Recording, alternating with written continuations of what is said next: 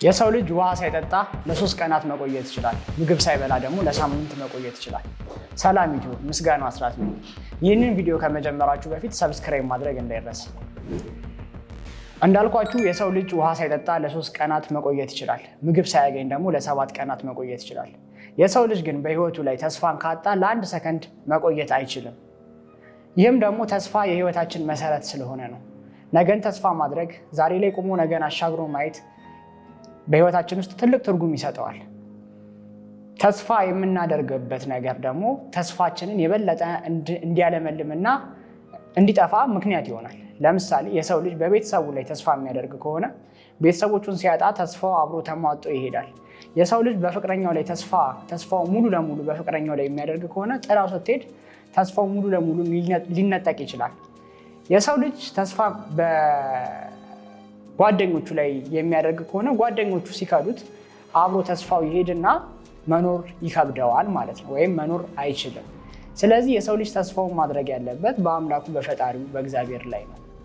በአንድ ወቅት በአንድ ጽሁፉ ዲያቆን ሄኖክ ኃይሌ ያካፈለውን ጽሁፍ ሀሳቡን ጠቅለል አድርጌ እነግራቸዋለሁ። እንደዚህ ነው የሚለው: አሳ ከባህር ተለይቶ መኖር እንደማይችል፣ እጽዋት ከመሬት ተነቅለው መኖር እንደማይችሉ፣ የሰው ልጅም ከአምላኩ ከእግዚአብሔር ከተለየ መኖር ይከብደዋል ብሎ ነበር። ይህም የሆነበት ምክንያት የሰው ልጅ እስትንፋሱ ከፈጣሪው ከአምላኩ ጋር የተያያዘና የተገናኘ ስለሆነ ነው። ይህን ደግሞ መኖርን፣ ነገን ተስፋ ማድረግን፣ በአምላኩ ላይ ተስፋ ማድረግን ካጣ፣ በአምላኩ ላይ ተስፋ ማድረግን ካቆመ ነገን ማሰብና ነገን ማሳካት ጭራሽ አይችልም ማለት ነው። ስለዚህ ነገን ተስፋ እንድናደርግ፣ ነገ የተሻለ እንደሆነ ለማሰብ ተስፋችንን በፈጣሪያችን በአምላካችን ላይ ማድረግ ይጠበቅብናል። የትኛውም ሃይማኖት ተከታይ ልንሆን እንችላለን። የእስልምናም የክርስትናም ተከታይ ልንሆን እንችላለን። እንዴት ከፈጣሪያችን ጋር ያለን ግንኙነት ልናሳድግ ወይም ደግሞ ልናሻሽል፣ መንፈሳዊነታችንን ልናዳብር ይገባል የሚለው ትልቁ ጥያቄ ሊሆን ይገባል። እንደየሃይማኖቱ አስተምህሮ ሁሉም ሰው ተስፋውን ወይም ደግሞ ከአምላኩ ጋር ያለውን ሪሌሽንሺፕ በመጠበቅ ተስፋውን ሊያለመልም ይችላል ማለት ነው። የእስልምና እምነት ተከታይ ከሆነ ሃይማኖቱ በሚፈቅደው መርህና ሃይማኖቱ የሚያዛቸውን ነገሮች በማድረግ ከፈጣሪው ከአምላኩ ከአላህ ጋር የተሻለ ግንኙነትን መመስረት ይችላል። ክርስቲያን ከሆነ ደግሞ ከፈጣሪው ከአምላኩ ከኢየሱስ ክርስቶስ ጋር ጥብቅ የሆነ ግንኙነትን መፍጠር ይችላል።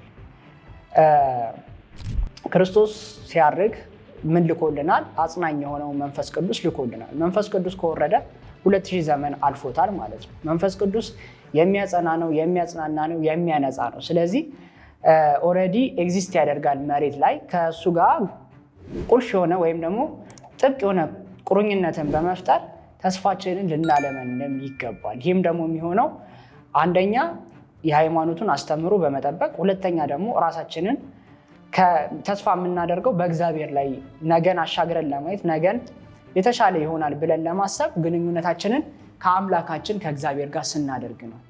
ዛሬ ላይ ቁመን ነገን አሻግሮ ለማየት፣ ስለ ነገ በተስፋ ለማየትና ተስፋ ለማድረግ ግንኙነታችን መሆን ያለበት ከፈጣሪና ከፈጣሪ ጋር ብቻ ነው። ሌላ ነገር ላይ ተስፋ የምናደርግ ከሆነ ሁሉም ነገር ኃላፊ ነው። እሱ ግን አልፋና ኦሜጋ ነው፣ አያልፍም ነው ኮንሰፕቱ። ተስፋ ለማድረግ ነገን ተስፋ አድርጎ ለማየት ኢንላይትድ ለመሆን ከዋናው አካል ጋር ጥብቅ የሆነ ግንኙነት መፍጠሩ የተሻለ ነው። የዛሬ መልእክቴ ነው።